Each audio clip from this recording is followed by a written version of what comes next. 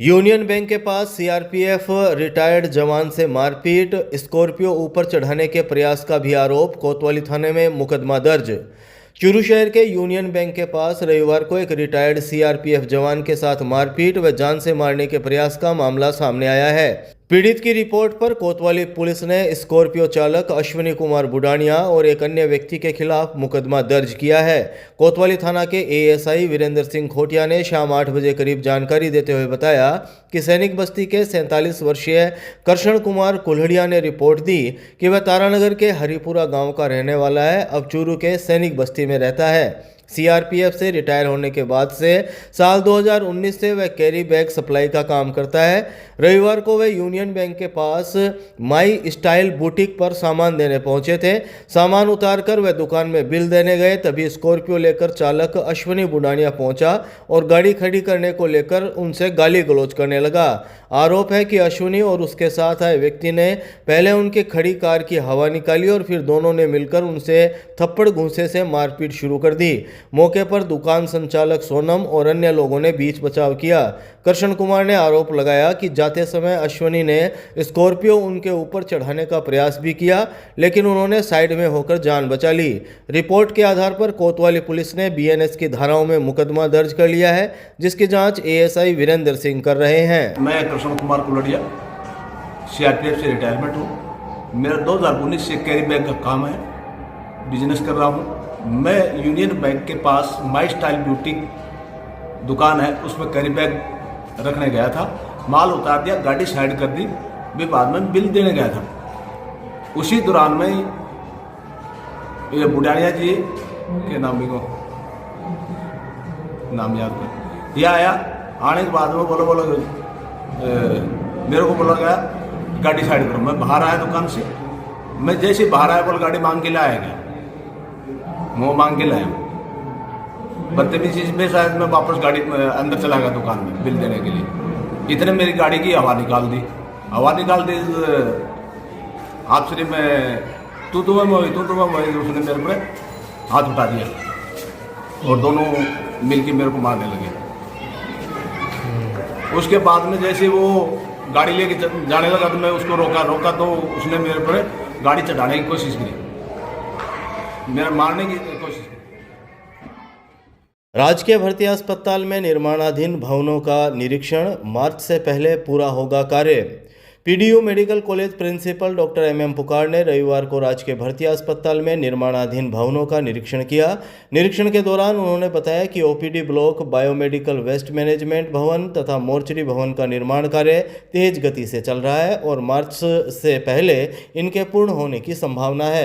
Doctor पुकार ने शाम 6 बजे करीब बताया कि नए ओपीडी ब्लॉक में मेडिसिन, सर्जरी सहित आवश्यक विभागों के कक्ष बनाए जा रहे हैं। साथ ही रोगियों की सुविधा के लिए एक अलग रजिस्ट्रेशन काउंटर भी स्थापित किया जाएगा।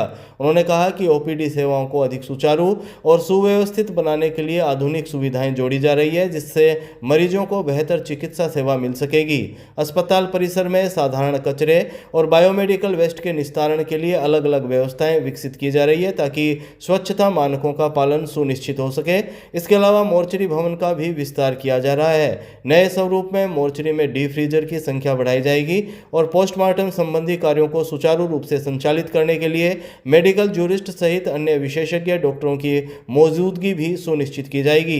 मेडिकल कॉलेज प्रशासन का कहना है कि इन सभी निर्माण कार्यों के पूरा होने से राजकीय भर्ती अस्पताल की सेवाओं में महत्वपूर्ण विस्तार होगा और मरीजों को अधिक चिकित्सा सुविधाएं उपलब्ध हो सकेगी। अभी ये आरएसआरडीसी कंपनी ने जो काम दिया था एजेंसी ने अपने हॉस्पिटल का और मेडिकल कॉलेज का, तो उसके अंतर्गत ये ओपीडी ब्लॉक है और पीछे एक हमारा बायोमेडिकल वेस्ट के जो रूम बनाया है और तीसरी मॉर्चरी।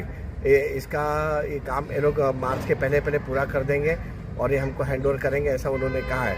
तो उसके बाद हम इसका इस्तेमाल के लिए ले सकते हैं। पहले जैसा जो बायोमेडिकल वेस्ट के लिए कमरा हमने एक खाली जो गैरेज था उसको बना के रखा था, लेकिन अब ये प्रॉपर कचरा जमा करने के लिए रूम बन गया है और जो साधारण कचरा हमारा यहाँ वहाँ पड़ा रहता था उसके लिए भी एक रूम बना दिया ताकि वहाँ से ही सारे कचरों का निस्तारण कर सके प्रॉपरली।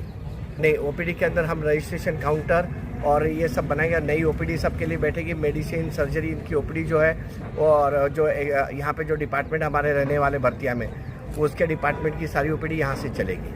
मोर्चरी और मॉर्चरी के अंदर हमने एक बड़ा, पहले कैसा था एक छोटा कमरा था जिसमें पोस्टमार्टम हुआ करता था, अभी क्या मॉर्चरी बड़ी बना दी ताकि एक बड़ा हॉल होगा और उसके अंदर रखने के लिए डीप फ्रीजर की संख्या भी बढ़ेगी और बच्चों को पढ़ाने के लिए एक डेमो रूम भी होगा और एमजे रूम वगैरह सब हमने बना दिया ताकि एक ही रूफ के नीचे सब पूरा वहाँ पे ये काम चलेगा एमजे का।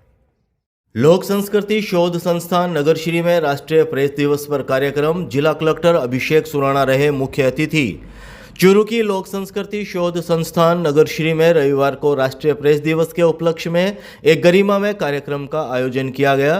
कार्यक्रम में बतौर मुख्य अतिथि जिला कलेक्टर अभिषेक सुराणा ने शिरकत की, जबकि अध्यक्षता लॉयंस क्लब के जिला अध्यक्ष राजीव शर्मा ने की। सूचना एवं जनसंपर्क deputy director Kumar Ajay, lion बाल किशन राजगढ़िया ने विशिष्ट अतिथि के रूप में मौजूदगी दर्ज करवाई। कार्यक्रम की शुरुआत अतिथियों द्वारा दीप प्रज्वलन के साथ हुई। इसके बाद लॉयंस क्लब की ओर से पत्रकारों का माल्यार्पण व शॉल ओढ़ाकर सम्मान किया गया। कार्यक्रम में बड़ी संख्या में मीडिया कर्मी और लॉयंस क्लब सदस्य व पदाधिकारी मौजूद रहे।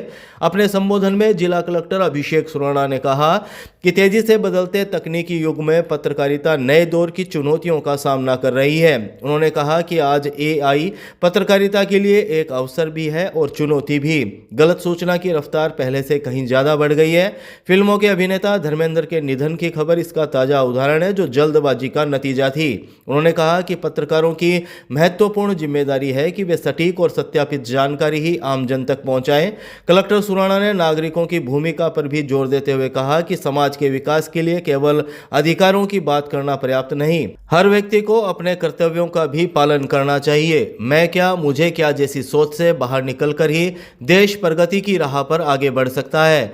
जिला कलेक्टर अभिषेक सुराणा ने मीडिया को लोकतंत्र का चौथा स्तंभ बताते हुए कहा कि सशक्त राष्ट्र और बेहतर समाज के निर्माण में मीडिया की अहम भूमिका है। उन्होंने पत्रकारों से अपील की कि वे अपनी लेखनी की जिम्मेदारी, संवेदनशीलता और सामाजिक उपयोगिता के साथ जोड़कर देश के विकास और बेहतर समाज निर्माण में सार्थक भूमिका निभाएं। जनसंपर्क उपनिदेशक कुमार अजय ने पत्रकारिता को लोकतंत्र का प्रहरी बताते हुए कहा कि मीडिया का दायित्व सिर्फ सूचना देना नहीं बल्कि सत्य, संतुलन और समाज हित को प्राथमिकता में रखना भी है। उन्होंने पत्रकारिता में मौलिकता के महत्व पर विशेष बल देते हुए कहा कि मीडिया का सबसे बड़ा मूल्य उसकी मौलिकता है।